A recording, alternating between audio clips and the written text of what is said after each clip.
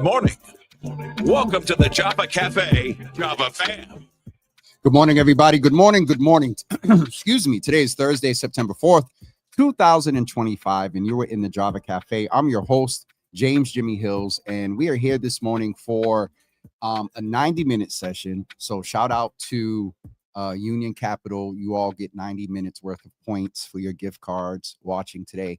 But I themed today under the title of Black Men Leading. I have 3 Black men from our community who are leading in the space of returning citizens, mental health, hip hop, and also exoneration. We have some great brothers that are from our community. And so I'm going to ask you to do me a favor. Make sure that when you like and follow Java with Jimmy, but please do me a favor and also hit that share button and invite some folks into the Java Cafe to be a part of this conversation. So at 10 a.m., we're going to begin right now with a couple of seconds of Joseph Bennett, who is on from Yard Time. And then in the 10:30 hour, we will have Neil Poole from Verbal Fabric about his event. And then also Sean K. Ellis is coming in from the Exonery Network. And some of you may remember, and it was in the notes or email sent to me, that's where he and I were featured on Netflix in the coverage of the DA's race, I believe back in some years ago. I don't remember. So I want to give this brother ample time. It's been a while since he's been on during the day. He's been a frequent guest in Java After Dark. So he's coming in, and he's always, Yard Time, but he's coming in this morning in his executive director role. So it is exciting to have a Black man leading in a space that really intentionally deals with brothers who have been incarcerated, wrongfully incarcerated, exonerated, but specifically moving in the space of mental health, gathers to get, well, I'll let him tell his own story. Joey. What's up, Jimmy? How you doing? Hello, everybody. I'm just listening to the narrative that you're spitting. It's real. And so, you're not a stranger to the Java Cafe. Let's jump right in. Say good morning to the folks. Folks know who you are. But folks that may have not seen you in the past during the day, say good morning. And then I'm going to ask you at the end of your greeting to describe the work and impact in the reentry space in one word. And then you can give us some context to that one word. Hi, Joey. Hello, everybody. I'm Joey Bennett, director of Yard Time, Inc. Just somebody that's an advocate for mental health and the guys that are coming home from prison. I like to see that a lot of people in these reentry spaces, they continue to support the guys that are coming home and the women that are coming home. One word to describe it for me is therapeutic, man. This is all therapeutic for me, yo. It's interesting that you say that. And if we weren't online live, I'd say something about that, because this work is hard and it can be therapeutic, accomplishing what we're called to do. And so let's talk a little bit about the therapy that for folks that don't know about Yard Time.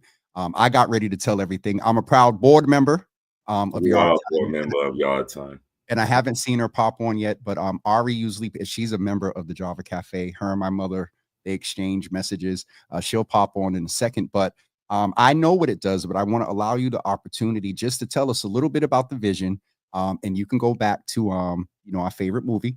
But just tell us what Yard Time does, because your leadership and consistency in this space from the time, as you said, you walked off those stairs is undeniable. So tell us a little bit about Yard Time, and then we're going to get into some updates, and then we're going to talk about Saturday. I'm saying Yard Time is a nonprofit organization that was established by me that,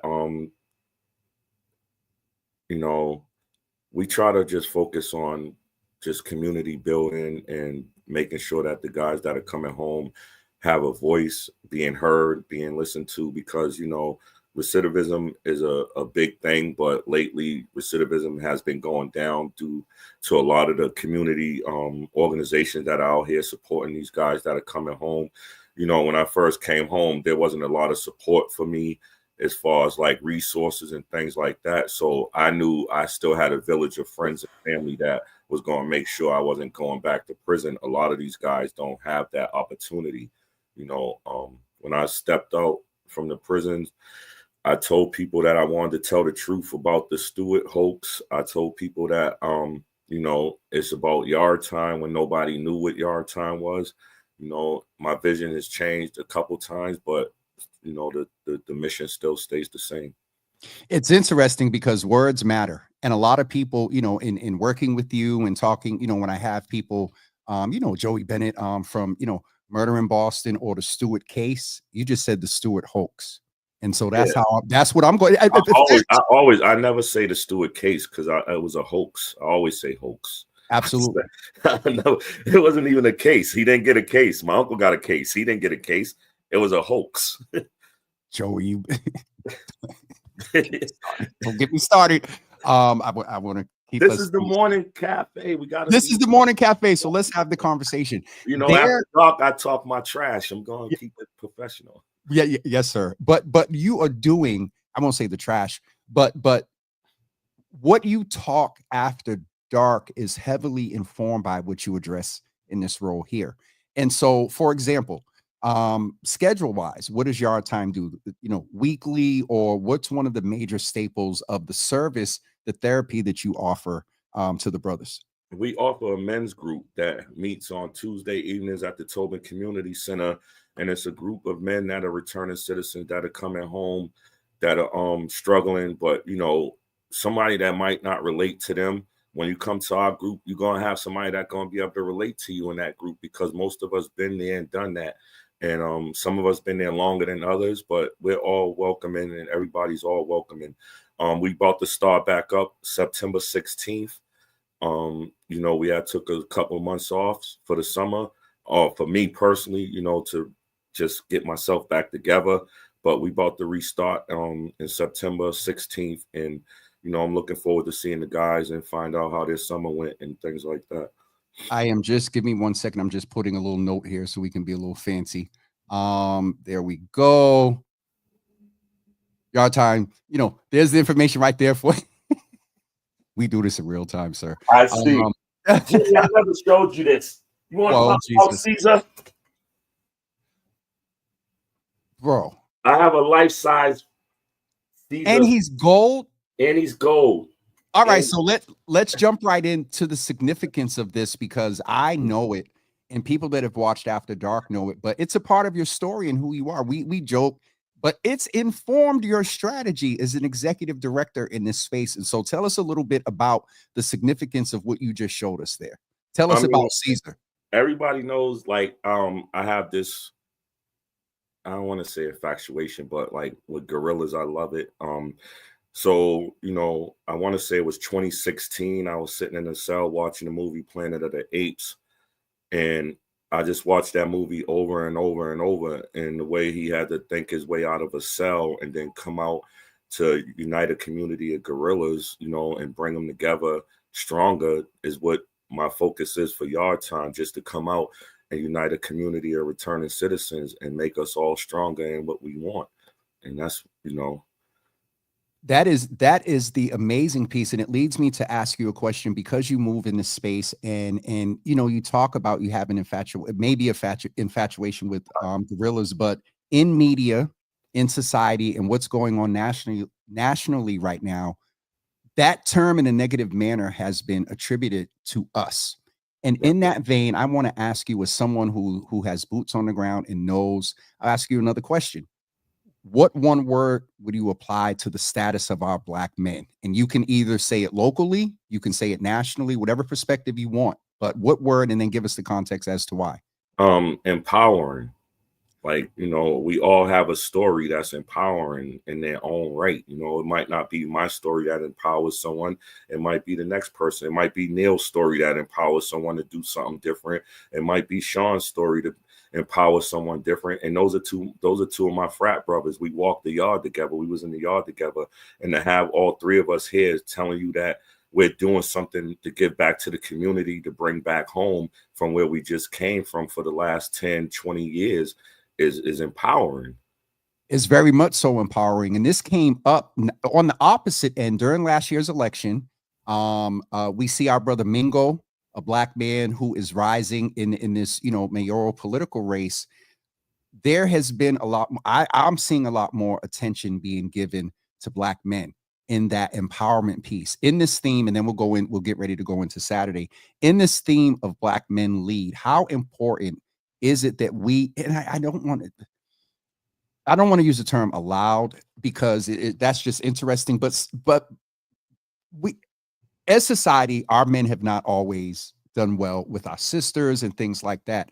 And I'd still say that we can walk and chew gum at the same time. We can protect black women, raise them, but we don't have to do that at the expense of black men being diminished and own what we did. But how important is it that black men lead and then end with younger black men seeing people like you lead? How important is that? I'm saying for me, like, I have my Uncle Willie to look up to. So you can imagine, like, it wasn't always the most positive things that I was surrounded by.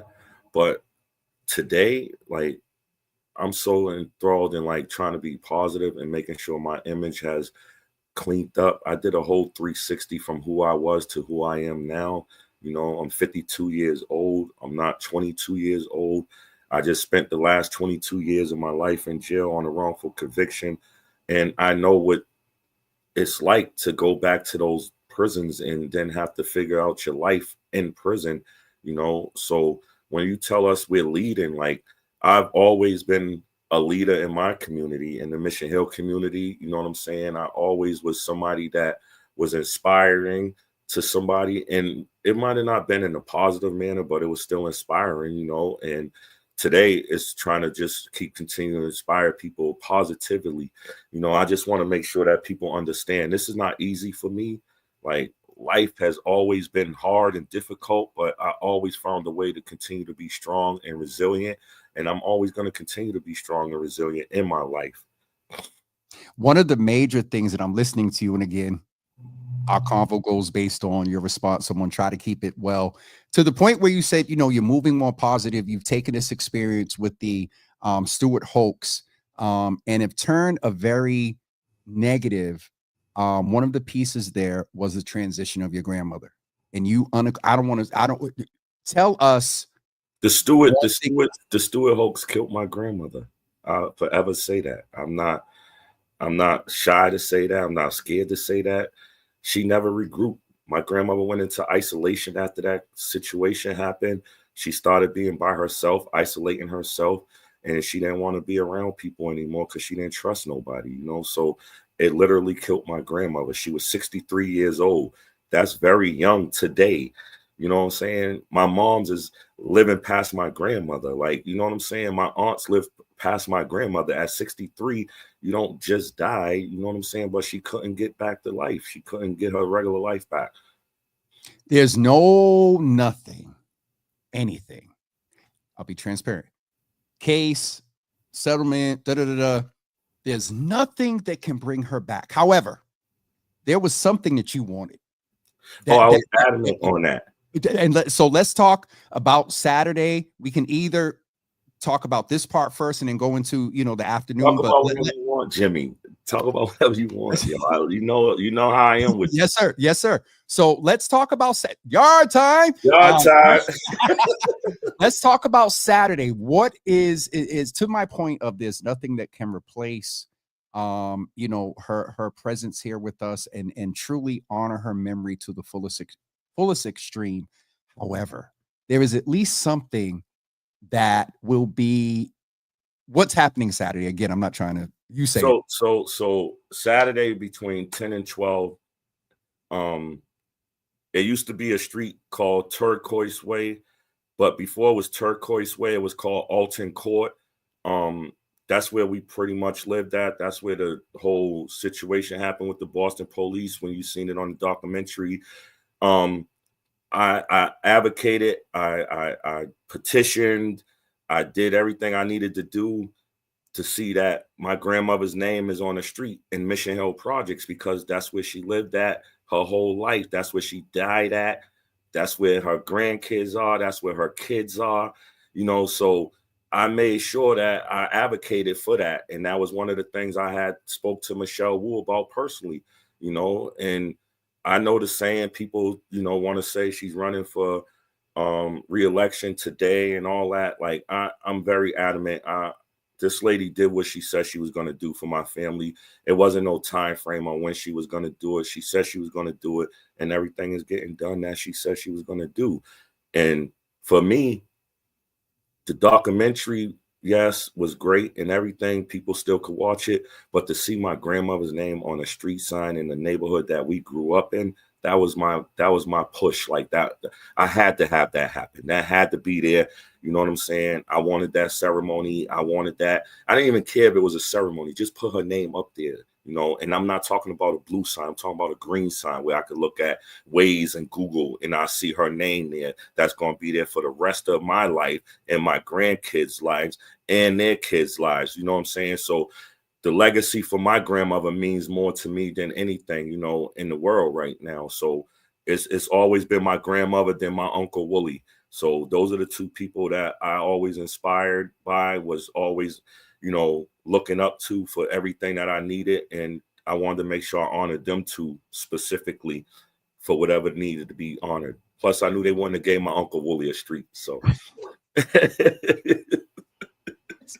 I'm not messing with you. I mean, Yes, I'm sorry for my honesty and transparency. No, you don't need to be sorry. It's just because I know you, and I'm just like, there's so much there because, as I said, nothing can bring her back, nothing can replace. But for you and your family, this was, in a sense, a memorial to be ever reminded that everything you see in the movie and all this other stuff is interesting that I just learned. And I remember the name Alton Court. Then they changed the name. I'm wondering why they did that. Yeah, they changed it to Turquoise Way. Yeah, Turquoise Way. I was like, to help erase some of the. Yep. And so now it's coming back. You're going to remember, but you're going to remember her and the impact. For real. I mean, that lady, like, I was going to say, tell us about her. Tell us. That lady was a strong woman. Like, that lady she had her son that was involved in life of crime, violence, and drugs and alcohol. She had her daughters that was involved in their own things.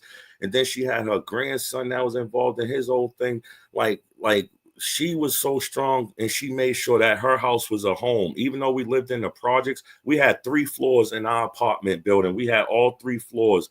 And she made that seem like it was a house and a home. The door was open, not just for our family, but for kids. That was my friends. That was my mom's friends. That was my aunt's friends, my uncle's friends. She always made her house a home. Like, she was very welcoming to people, and she loved everybody. That was where I get it from. Sometimes I think now, today, being honest, like, I have a pedestal for a woman, and I use it as my grandmother. Sometimes it's hard for people to reach that, but that's who I first had my first love. Like, she loved me unconditionally. I couldn't do no wrong, even though I did a lot of wrong, but she loved me unconditionally. Her favorite word was, long as you don't get me kicked out of this place, because you get me kicked out of here, then you better make sure you got somewhere to put me. So I never got it kicked out. And there's a permanency. I almost felt that. There's a permanency there. You know what I mean? Now with the street. The permanent.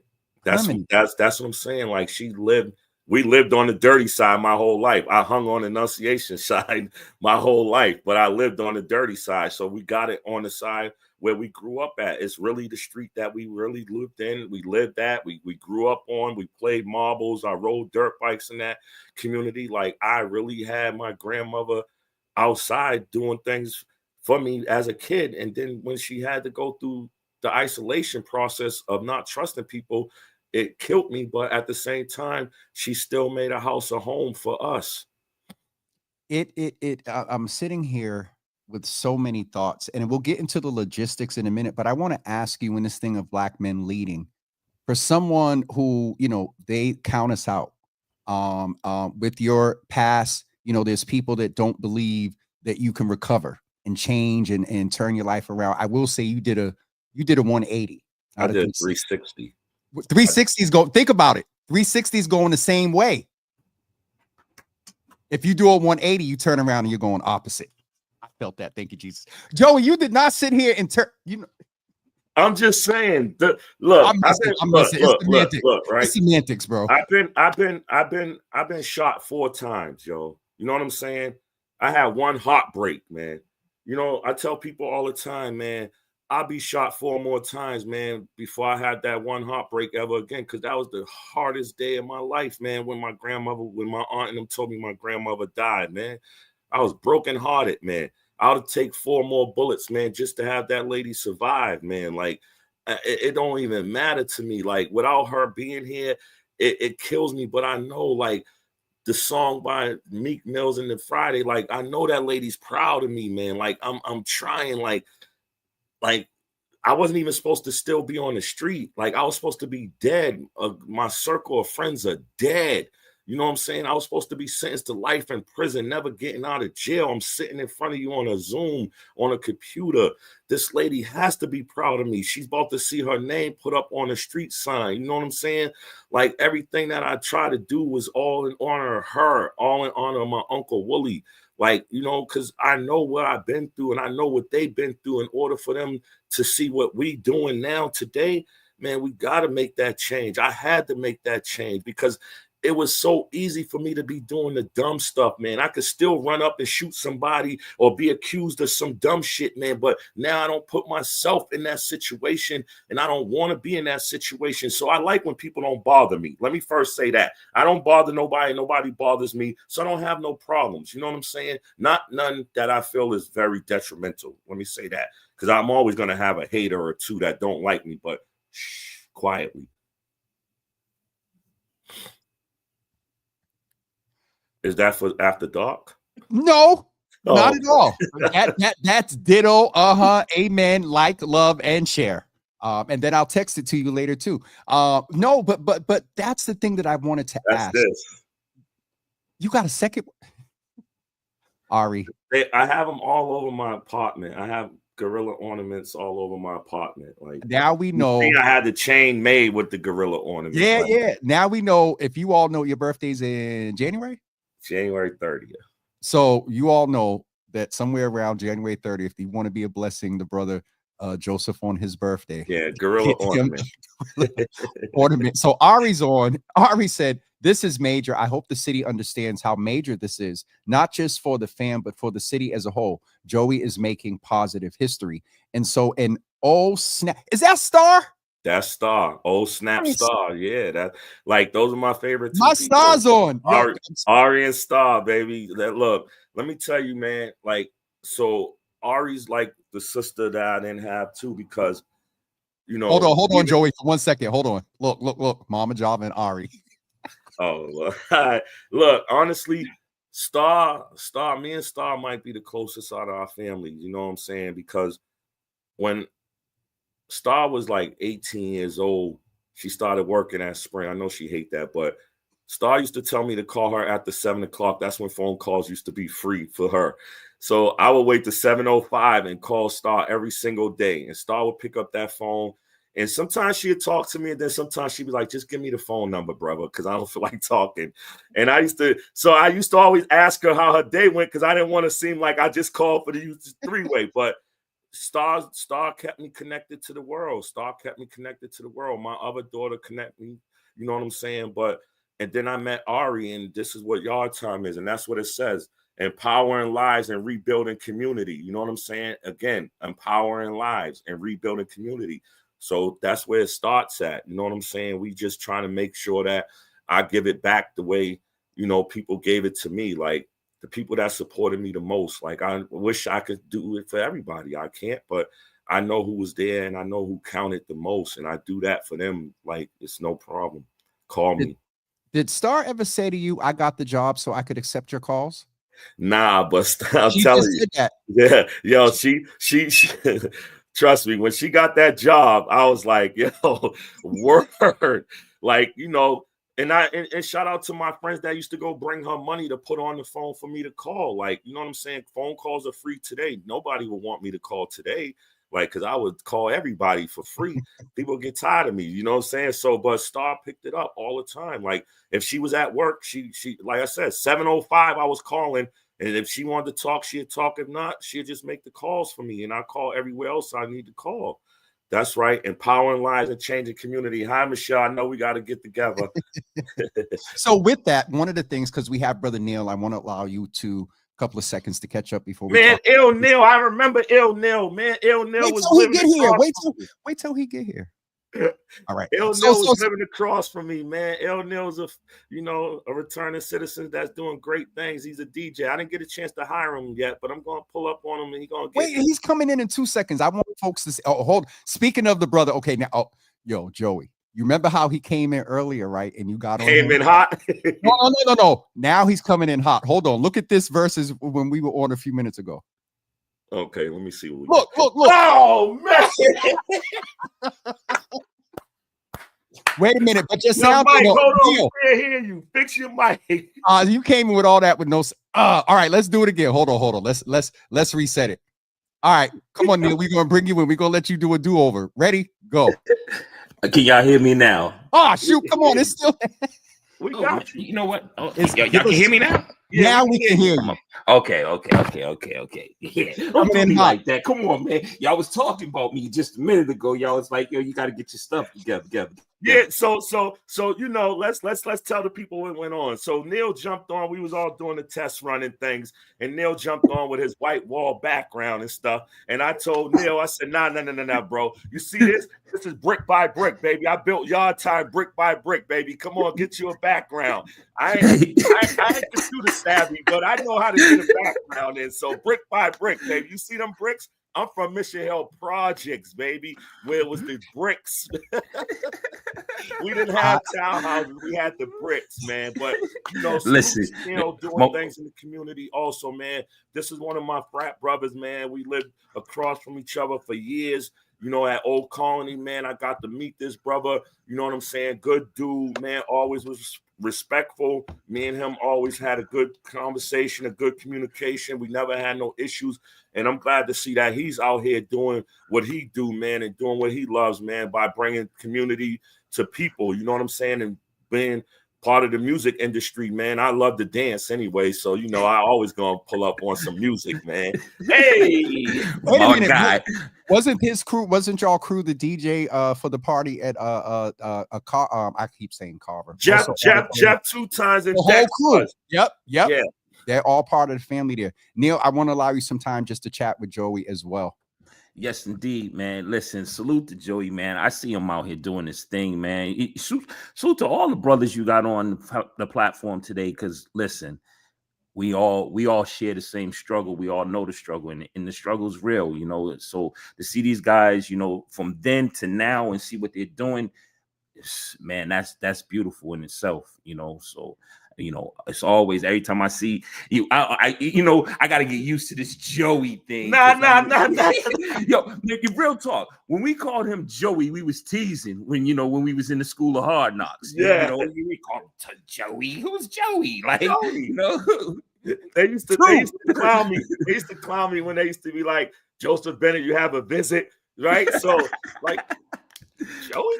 Yeah, but Two is a name that I feel like is associated with negativity to some people. You know what I'm saying? But now I like I said, I'm doing that change. So Joey's cool. That's my government name. Like that's on my birth certificate. That's my father's name. Joey Truesdale's his name. Mine's Joey Bennett. But I accept it now more than I ever did. You know what I'm saying? Like, when somebody come up and say Toot nowadays, I just be like, oh, you know me from my past. Because anybody that didn't know me from my past, they say Yard Time or they say Joseph. Joey. You know what I'm saying? So real talk. Thank you, Neil, man. I'm going to let you do your interview and get yours point across, man, because Java gave us this platform. Jimmy, thank you. I always talk my trash to you, but it's always about support, man.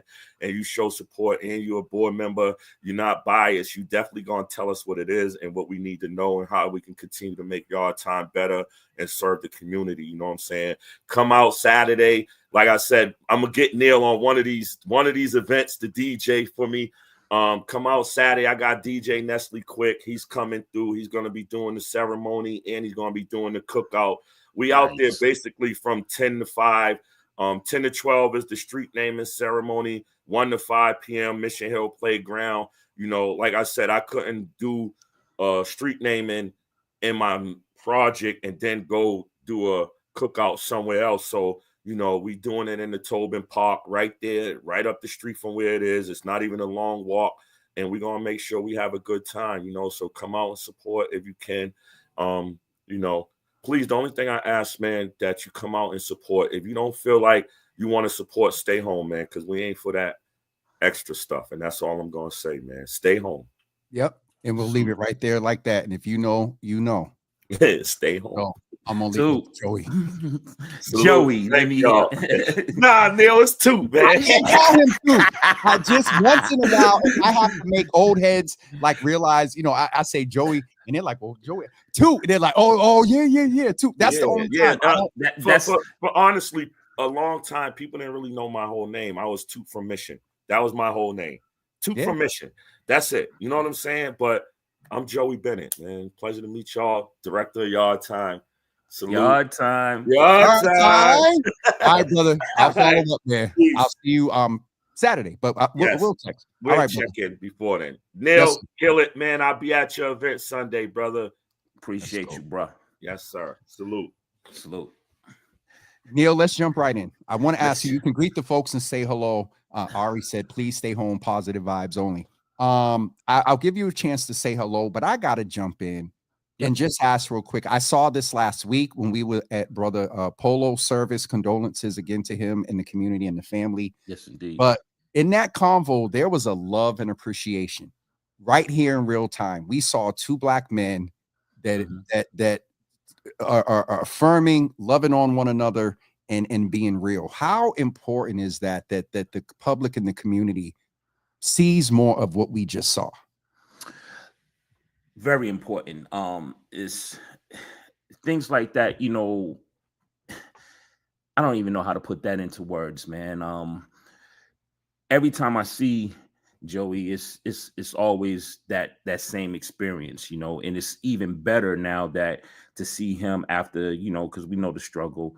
So to see him now doing this, you know, after the trials and tribulations that he went through with his case and, you know, getting back on the street, being exonerated from, you know, a crime that he didn't commit, you know, that's a beautiful thing. And to see him out here making moves, giving back to the community, you know, uplifting the community that he once, you know, as he said himself, he once did some things that he's not that proud of, you know, and now to be honoring his grandmother and, you know, just making those moves. I got to get myself to over to one of those meetings, man, a couple of those meetings. I ain't going to say one, couple times, because, you know, as Black men, we tend to not want to have those conversations that are very much needed. So I definitely agree. And I had to start there, even without giving you the opportunity to say good morning and hello. But those opportunities like that's happening a lot more lately on this platform, with men being intentional about our self-care, about health and things like that, is super dope. And so we'll run it back a little bit and give you an opportunity to say hello, greet the folks. And, you know, Joey is doing his work through the vein of having those meetings, mental health, giving back to community in that form. We're going to talk about how you're giving back to community with not just Saturday. Saturday is a demonstration of a philosophy that actually during that circle up last week was reiterated. And I'm not going to set us up because we let it anyway. We'll get into it. So greet the folks. And then I want to ask you to describe, and I was just getting ready to talk about him. Jeff just jumped on and he said, what's on that hat, Neil? What's on that? Tell him he don't want me to do that. Oh, he said he want to start trouble. So since Jeff want to start trouble, wait a minute, hold on. Let me get on that hat. You know what's on that hat. I mean, I'm gonna leave it alone because I'm back in the 02119 from where I was born, and you know, Jeff said, "Do it, please." He did it. Shout out to the Dorchester kid, but you know, he know what's on that hat. He know what's on that hat. He thought it was gonna say Roxbury, but you know, I'm gonna do it this way today. I'm gonna do it one more time for you, Jeff. It's in the no. Hold on, let me get you a full screen so he can get the full effect.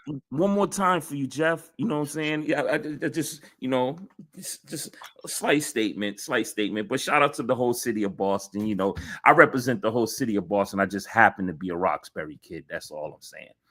It's the same. Oh, Jeff said. Jeff, he's on Instagram. He said cute. Yo, I can hear him say cute. All right, let's okay. So within that vein, I learned a lot about Jeff. I learned history. Again, greet the folks and then tell us in one word the status of the impact of rap versus hip hop, because you had it last week. You was like, hold on. Y'all keep talking hip hop. Y'all are talking rap. This ain't hip hop. So greet the folks. One word for the status of the impact of rap on our community, and then we'll go into the conversation. And then before Brother Sean comes, we'll talk about the great thing that's going on this Sunday. So I laid out a few things for you, bro. Okay. So first and foremost, I'm Neil Poole. Most people just know me as Neil.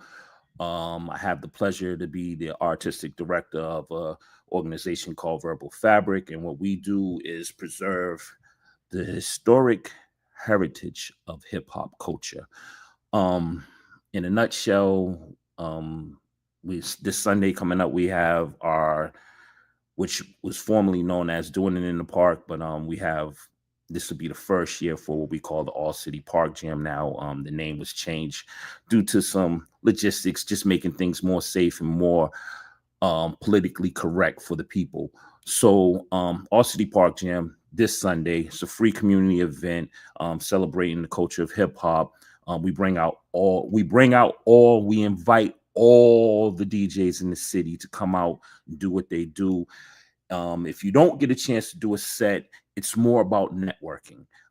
So please come out, show us who you are, let us know who you are, network with those that you may not know. This is not a battle. This is not no ego-driven, I'm better than you type of situation. This is where you get to network with the people that's doing what you love to do, which is DJ.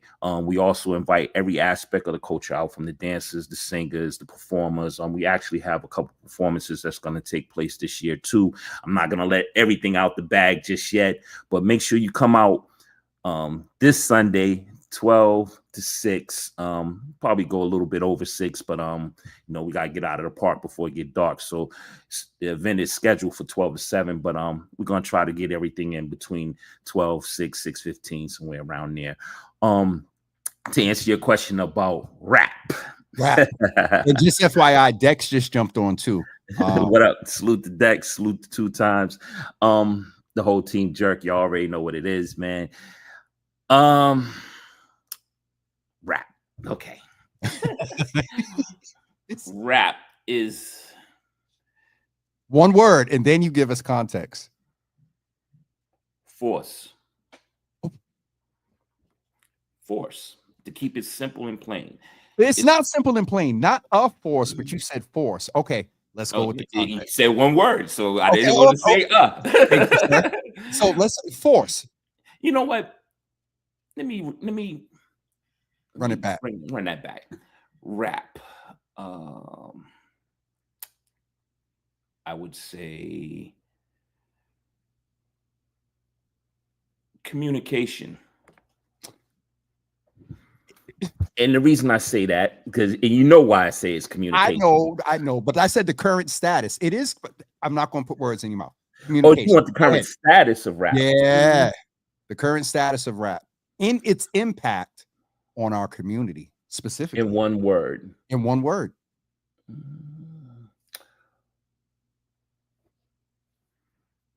Interesting. I'm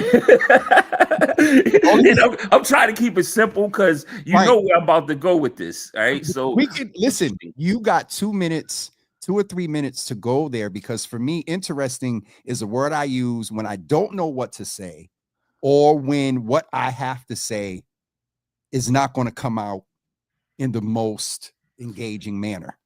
So just to bring people up to speed, me, Java, and a couple other good men had a conversation last week, and we were talking about the culture of hip hop. We were talking about rap music, its current state, and the fact that we allow people to come into our culture, something that we started, something that we believe in, something that we live and breathe. It's not, hip hop is not a form of music. Hip hop is a culture, it's a lifestyle. Let's be clear. So when we start talking about rap music, we have the tendency to watch these award shows and all these other platforms and say, oh, hip hop music, hip hop music, hip hop music. Hip hop is not a form of music. It is a lifestyle. It is a culture. So when you start talking about rap, regardless of what form of rap you may like, if you're an old school boom bap type of person, if you're from the backpack style of rap, if you're from the trap, whether you're from the drill, whether you're Southern rap moving or West Coast rap moving for that matter, it's still rap music, regardless of what. And the whole purpose of this organization that we started is to inform the youth that's coming up about the culture, because a lot of us don't tend to pass on the knowledge of the culture that we supposed to represent, and there's a lot of kids out here doing rap music, but they have no idea that they're part of a culture called hip hop. To them, hip hop is the rap music that they listen to. So that's the reason why I said interesting. It is, and it goes to the point of not just what you're doing on Sunday, but the intentionality, and to another point, that the intentionality of you using this. And I think we talked before that there are so many byproducts of using the culture of hip hop, the elements of it, the artistry, from writers to visual artists to folks that are using their bodies to demonstrate art. That is all what, and then there's the DJing as well. And all of that we're familiar with, but to your other point, I don't know if the generation after us really has the understanding of the culture. Hip hop was started as a violence prevention model. Absolutely. From Nevada, back in the projects. Absolutely. So to your point also of where rap is went with drill, and I asked the question on rap and its impact on the community. Some of the unfamiliarity of the culture, do you feel aren't as beneficial to our community? Some. I believe that a lot of times, if we're talking about the youth and the music that they're putting out right now, I feel that I'd rather have you, quote unquote, banging on wax than, well, we can't say wax now, or streams in your music than actually doing it in the streets, messing up your community. So I think everything has a place. Yes. I believe that, and some people are going to get mad at me about my statement that I'm about to say. I believe that some of us need to grow up. Far as I'm talking about our generation right now, Jimmy. Yes. Some of us at 1 minute, oh, we don't want to hear that trash. We don't want to hear this. But the first thing you want to do is, play that trap music. As soon as you get into the clubs, or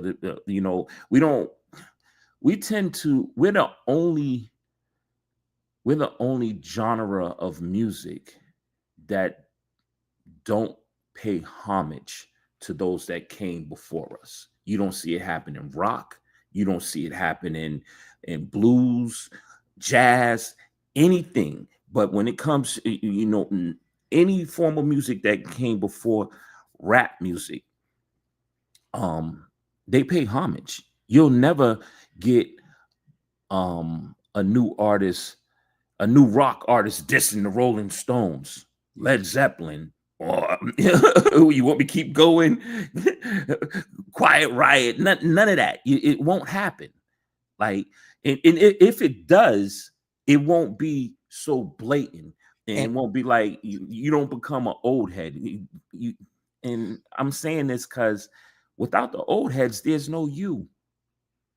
It's the foundation, and away from the homage to artists before us in music and in the industry, you're speaking almost to a bigger issue of respect of the foundations that were built before us, ancestors, those that may be 20 years out or older, and our elders and things now. So it is in the industry, but I think it's also in just, I can only talk from a Black man's perspective of our community. So in our community, it gets interesting with that, without one, to your point, and we're going to get into Saturday's event.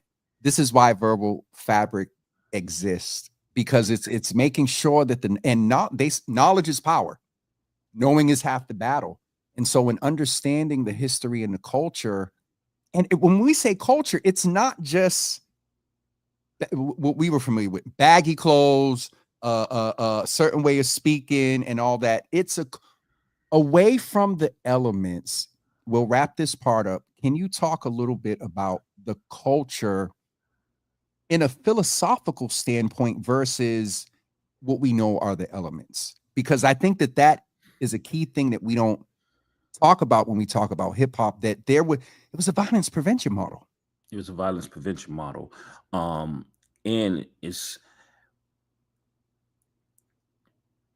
if we be honest, if we look back to, quote unquote, they say the birth of hip hop was 1973, August 11th, 1973, right? And that was actually just a party that was given by Kool Herc, because hip hop existed before then.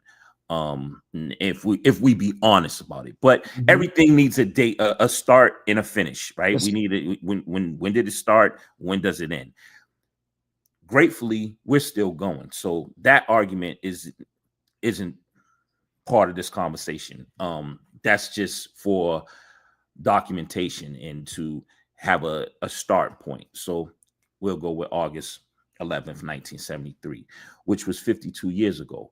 I'm not even that old. So now if we talk about it, they said that the music wouldn't survive. They said the culture wouldn't survive. And yes, we have all types of genres of music and different cultures that have come to surface. But guess what? Hip hop's still here. Rap music's still here. Regardless of what you call it, it's still rap music, And I love the fact that now we have the elders of rap. Because hip hop's still a baby if we start talking about 52 years. So, in comparison, yeah. In comparison to any other genre of music or any other culture for that matter.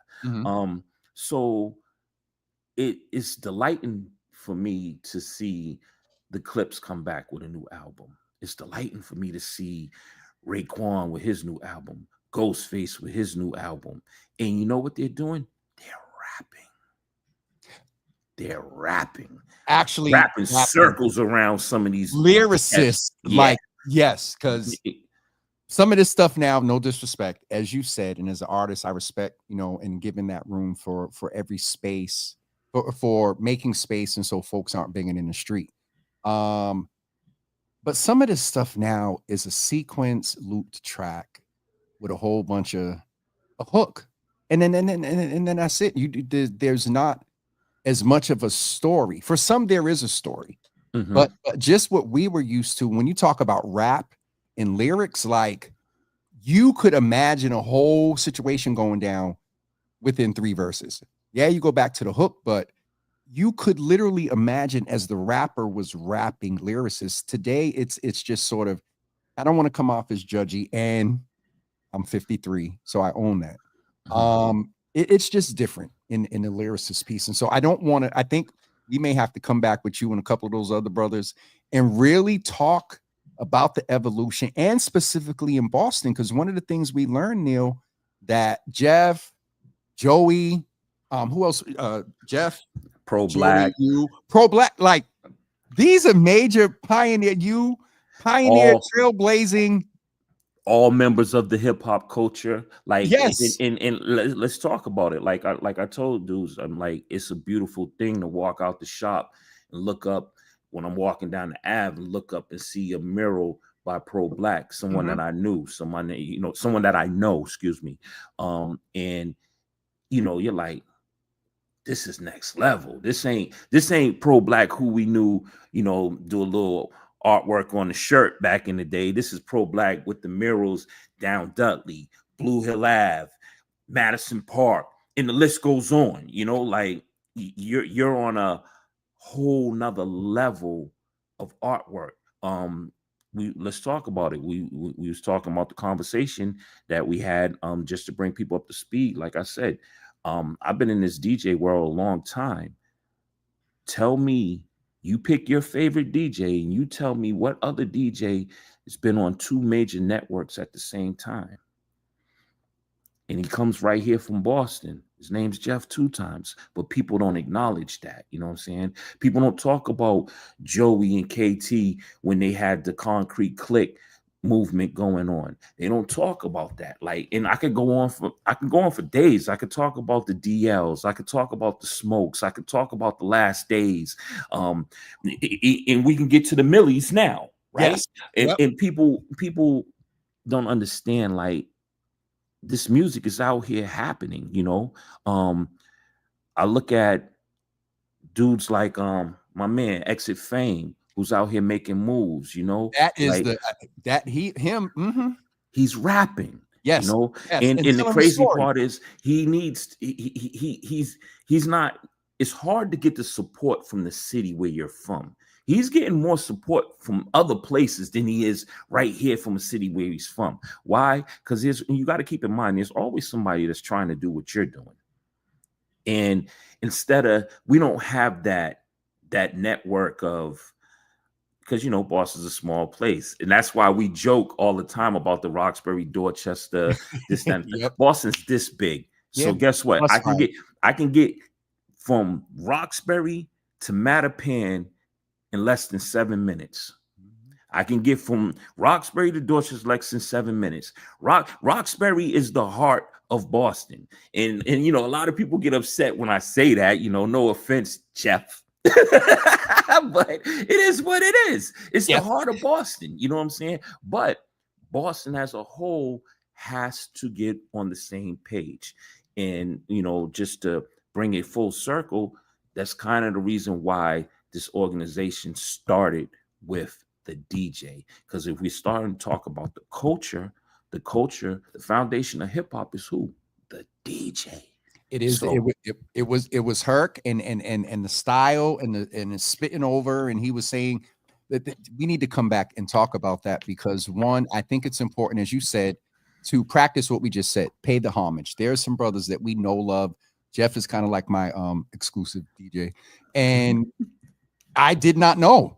I did not know. Somebody hit me up, and I tell Jeff, "Hey Jeff, this is the feel I want, whatnot," and Jeff sticks to it for about 3 years now. One of my team hit me up one day and it was like, "Gimme, why didn't you tell me that Jeff does from Soca?" And then Saturday or last week, sitting there and listening to you all and all that he did and the fire and all the other stuff, that's homage I think just should be paid. And in the vein of, and who was spinning on with New Edition, 42-year longest R&B still living member group together. From Boston with Jeff. So there's so much.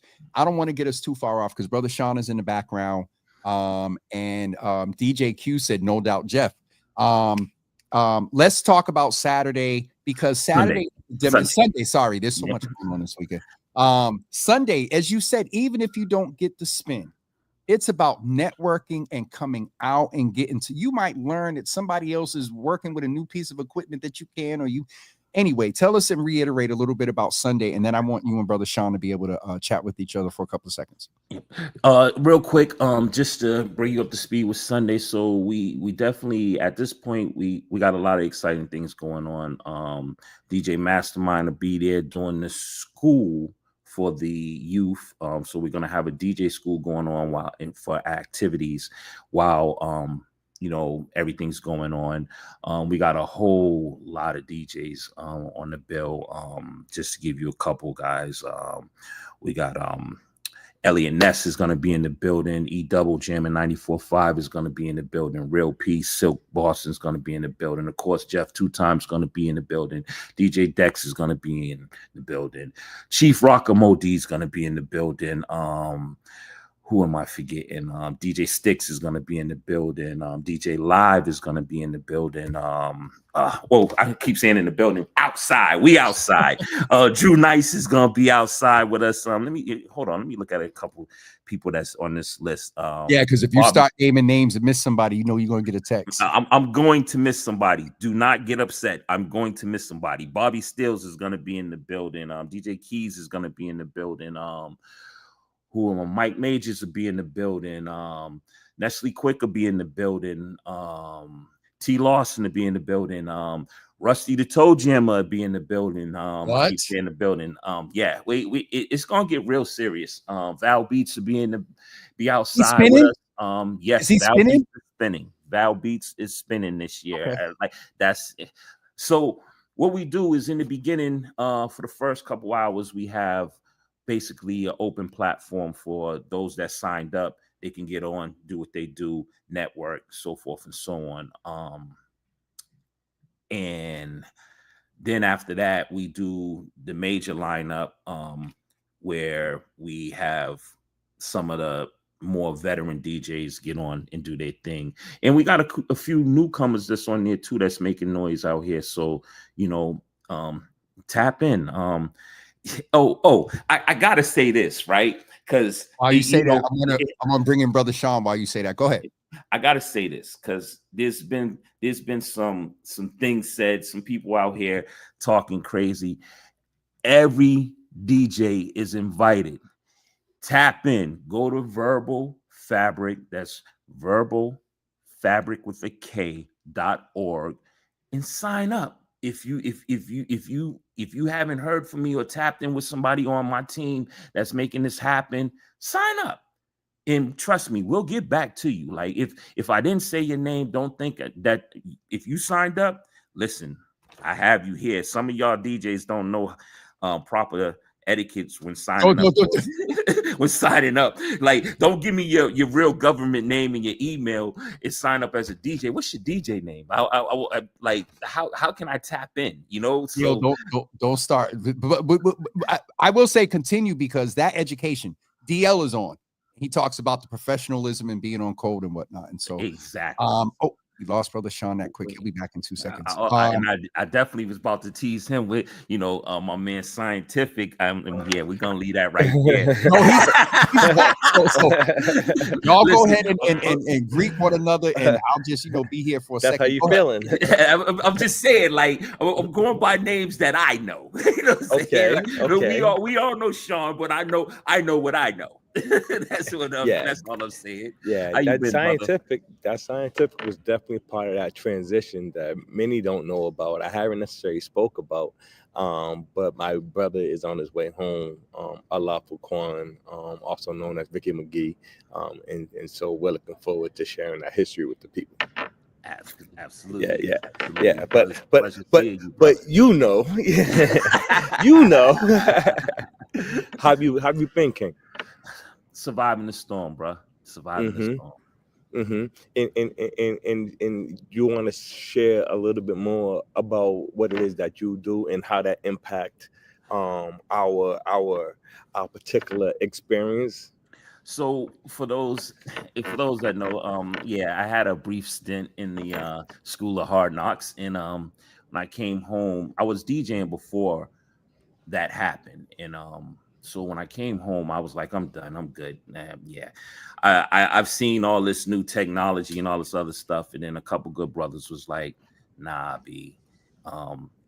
Rest my little brother's soul. He was like, you're going to DJ again. He was like, what else you going to do? He was like, you love to do it. He was like, it's in you. And sure enough,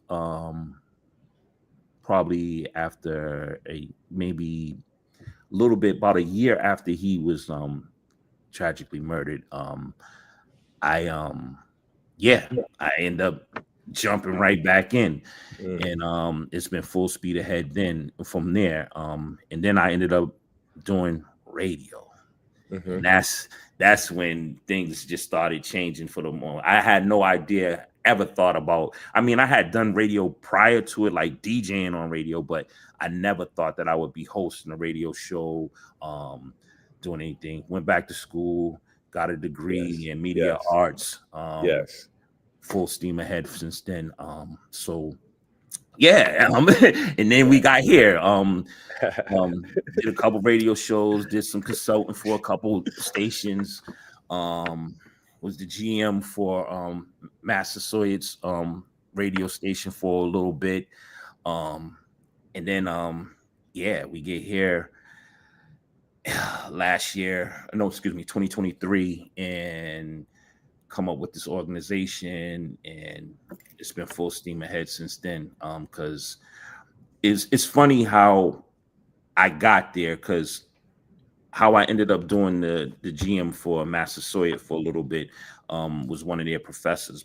Shout out to Professor Bowers. He was one of my professors when I got my degree, and he was like, "Hey, I need you," and I was like, "You need me?"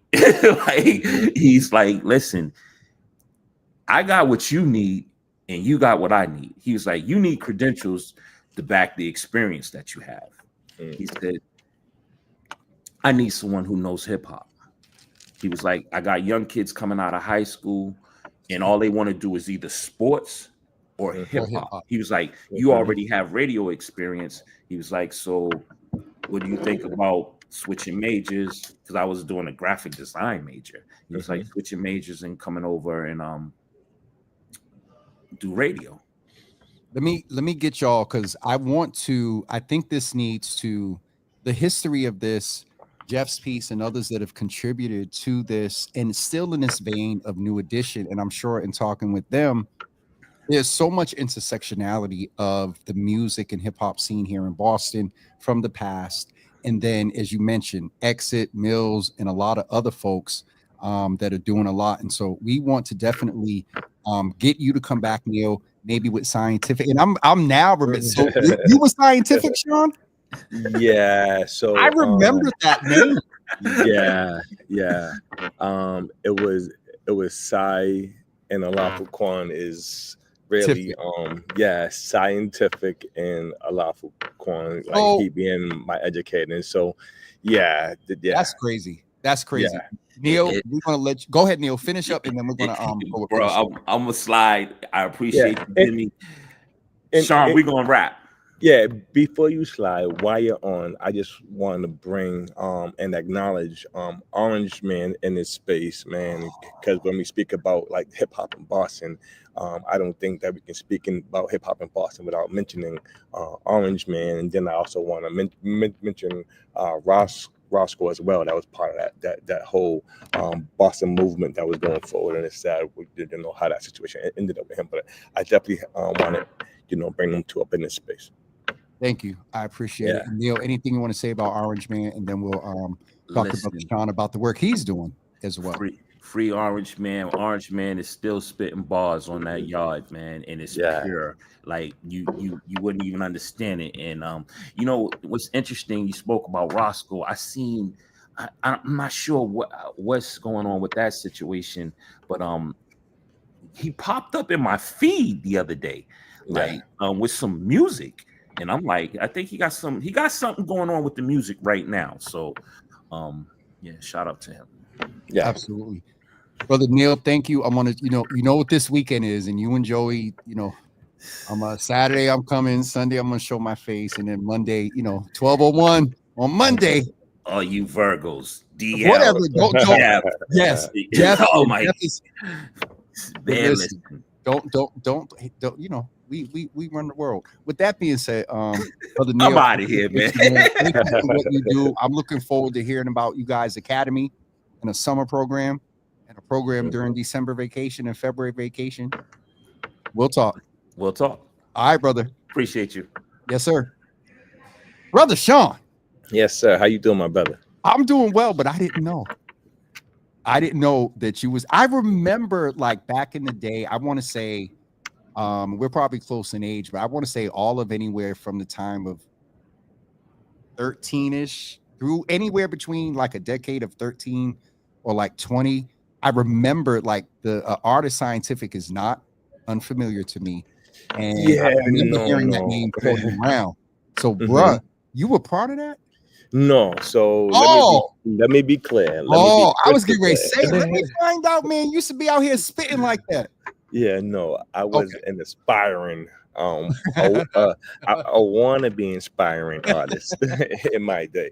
But no, scientific was a name that I began to go by when I was making my my spiritual and mental intellectual transition. Like that was part of what I went through in my process of becoming the man that I am today.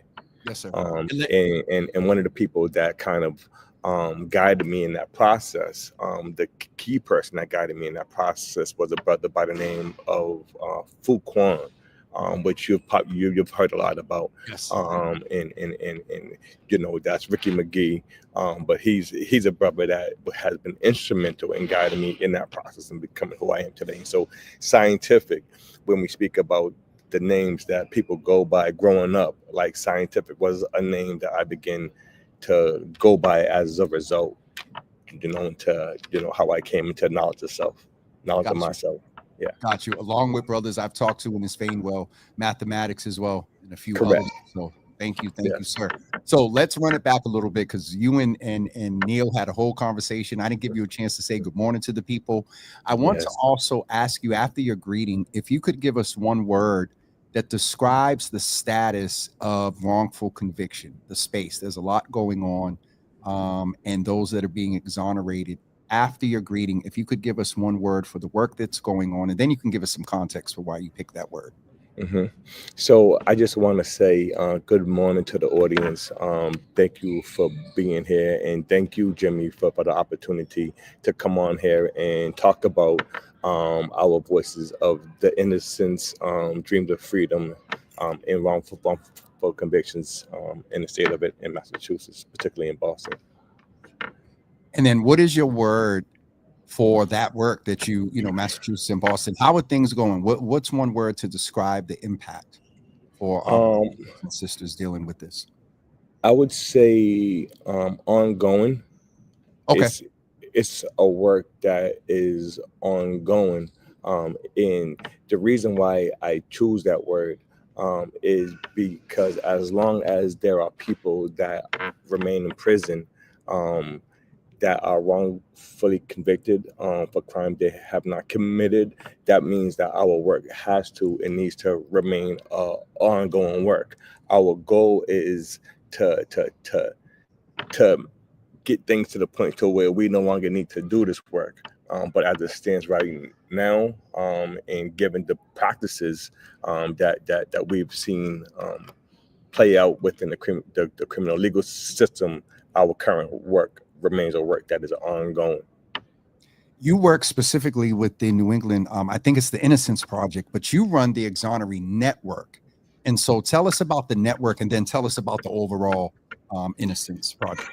Yeah, so it's if I can deal with it in the reverse a little bit, because our first and primary work is the work that's done by the New England Innocence Project, and that is to free innocent people who are in prison for crimes they have not committed.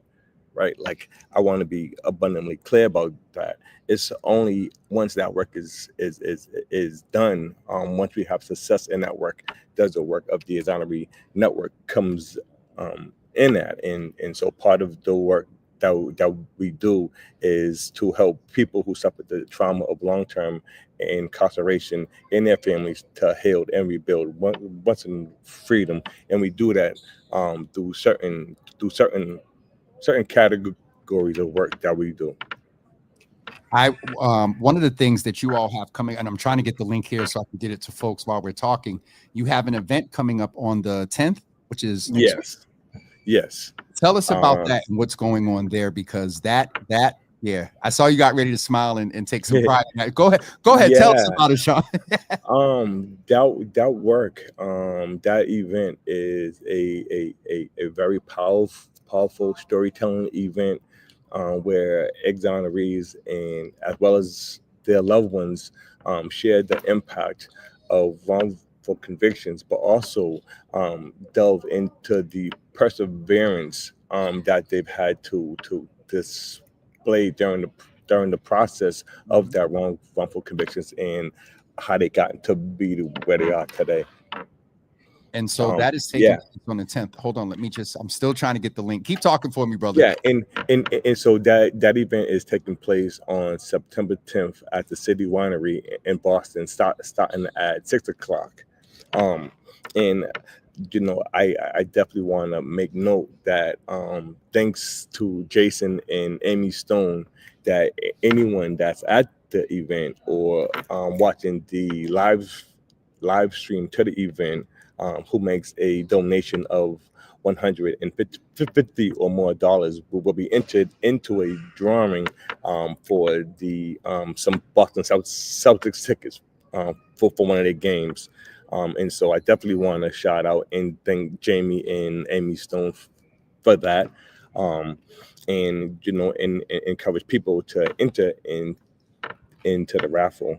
And then this year is the first year that we will have an EMC for the event, and that event is Janae, and I don't want to butcher her last name, but hold on. It took me a couple of years. Yeah, so help me out. Janae Osterholt? Yes, it is. Yes, it is. And I'm only about 99% sure I got that. Hopefully she's not on. But Janae, yes, awesome. Yeah. And I want to smile at that because I was going to pronounce it correctly. but that isn't to say that I wouldn't have studied over it. But from the Boston Globes, a beautiful resistance, she will be joining us at Voices of the Innocence, Dream of Freedom as our MC. So I'm proud to announce that as well.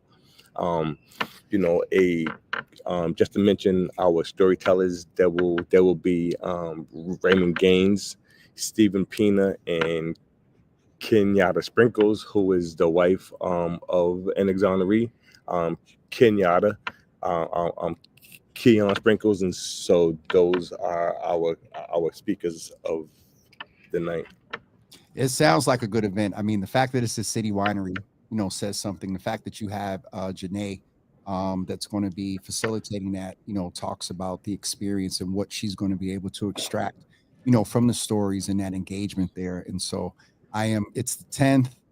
That's the day after election day. I don't know what, nope, not mentioning nothing about that. So don't forget, folks, September 10th. At what time does it start? For folks that are on Java with Jimmy and YouTube, I'll also take a second and put it on James Hills. What was I going to say to you? What time does it start? It starts at 6 p.m. Okay. And I'm tickets are still available and they're going fast. Okay. So if people are interested in attending the event, they should secure the ticket more sooner than later. You see what the umbrella or came in and said here. New England Innocence Project. Thank you, Jimmy, for the shout out. Folks can still get tickets and they're going fast. We hope you can make it and look forward to an impactful night of storytelling. I thank you, all for the complimentary tickets, but we have to shout out my good friend and sister that I've known as an advocate, and now she's advocating for herself and doing other things, Gina Cristo, that made this connection for us. And so thank you for that. And Sean, thank you for everything that you do and you're doing. It is, I looked in the bio, we share a little bit of a spotlight in the Netflix documentary. Someone actually just brought that up the other day and it was like, I didn't know, look at this. And I was like, yeah, that happened a few years ago. But thank you for all that you're doing, have been doing, and will continue to do in community.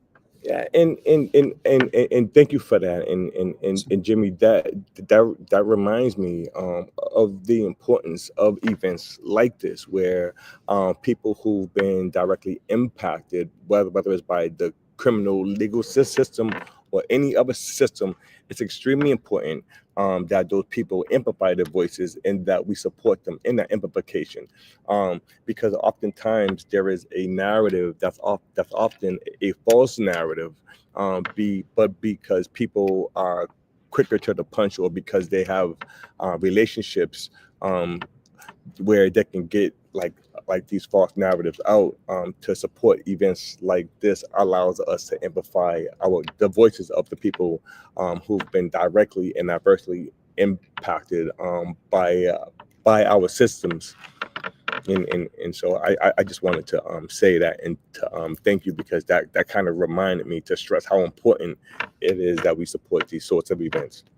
It's not only the events, with all due respect to events. That's one of the reasons why we're here Monday through Thursday at 10 a.m. because it misinformation, stories and platforms and stuff that don't center our community experience. What you just said was that is driven by the community that's been most impacted, community driven. And that's something that we share on this platform personally, you and your work, and as Sean, you know what I'm saying? So I'm glad to have you here today, and again to see everything that your commitment to this space and the consistency, you know, along with Brother Joey as well, and along with absolutely Neil as well, and for them to exchange and be joined here in the space again was amazing. And so, Brother Sean, thank you.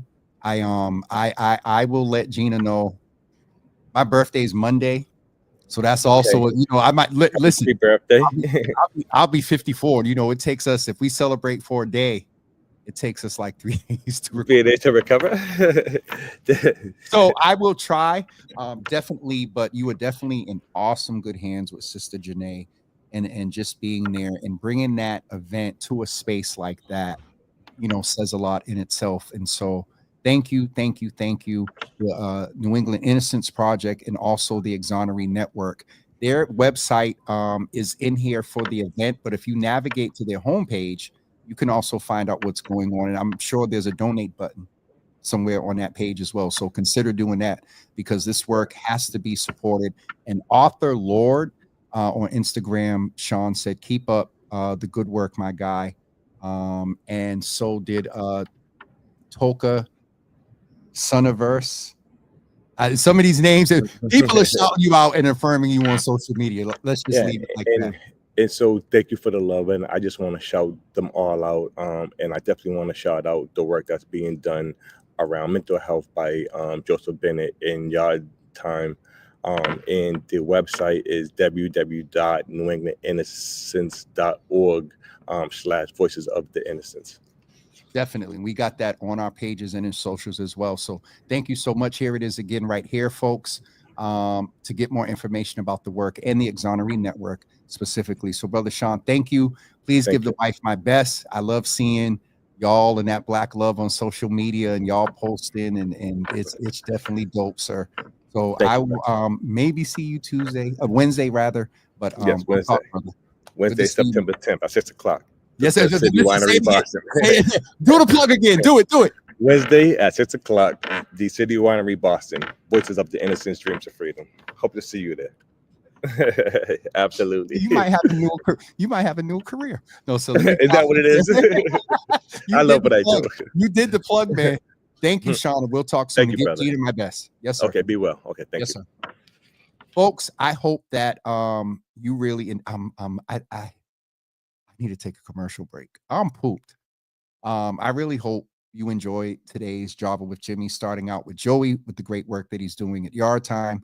Also to hear a lot of the masterclass and education that Neil provided around rap and hip hop and the culture. We got to get back to that, because that was a very influential philosophical approach to a lot of the violence prevention that we did back in the days when I was a direct service youth worker. It's going back about 25, 30 years or so, but still, it had an impact. That was my assignment with Mayor Menino. My first assignment was liaising with the Mayor's Hip Hop Roundtable and helping the administration understand the hip hop community. That was my very first assignment, sitting day 1, day 2 at City Hall. So it's powerful. And then we thank Brother Sean for coming in and talking about the great work that's going on at the New England Innocence Project. So with that being said, Today is my Friday. We will see you all on Monday at 10 a.m. I haven't really put, I may try to pull off a last minute pop-up birthday show. It is one of the 2 times a year. Yes, I will be putting up my Cash App before Belinda, if she's in here, and others get started. But I'm just kind of low key this year. If anything, I'm going to get together with some of my brothers. I'm going to eat. Oh God, I'm going to eat. Thank you for the treat for Miss Teresa for helping and supporting and all that she does. So it's 90 minutes. I feel a ramble. I haven't ate, so I'm going to get off of here. Thank you so much, Tuka, if I'm saying that right. And yes, we will see you Monday at 10 a.m. There may or may not be a pop-up. And let me say again, Election Day is Tuesday. Make plans now. The polls are open from 7 a.m. to 8 p.m. Get y'all happy selves out there and vote. And I'll leave that there. Have a wonderful weekend, everybody. We'll talk.